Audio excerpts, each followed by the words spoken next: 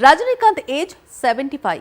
ఈ విషయాన్ని చాలాసార్లు మాట్లాడుకున్నాం, కానీ తీసుకునే పారితోషికం గురించి ఈ మధ్య మాట్లాడుకుంది లేదు.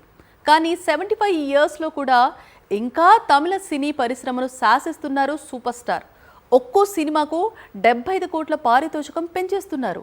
దీంతో కోలీవుడ్లోనే హైయెస్ట్ పెయిడ్ యాక్టర్గా మారారు. కోలీవుడ్తో పాటు సౌత్ సినిమాను షేక్ చేస్తున్నాడు రజనీకాంత్. అందుకు తగ్గట్లే రజనీ ఇప్పుడు అందుకుంటున్న పారితోషికం ఎంతో తెలుసా?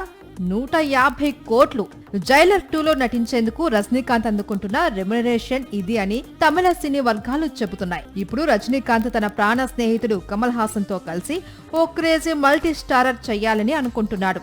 వచ్చే ఏడాది ఈ మూవీ సెట్స్ పైకి వెళ్తుంది. జైలర్ దర్శకుడు నెల్సన్ తెరకెక్కించబోతున్నాడు.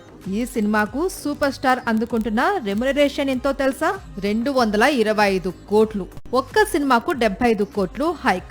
ఓవరాల్ గా కొత్త సినిమాకు 225 కోట్లు. అది కూడా మల్టీ స్టారర్ మూవీ.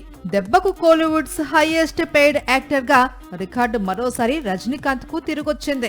సాక్షి టీవీ ప్రసారాలను నిలిపివేయడం చట్టరీత్యా నేరం. సాక్షి టీవీ ప్రసారాల కోసం మీ స్థానిక కేబుల్ ఆపరేటర్ని వెంటనే సంప్రదించండి. డిటిహెచ్లో, ఇంటర్నెట్లో కూడా సాక్షి టీవీ ప్రసారాలను వీక్షించవచ్చు.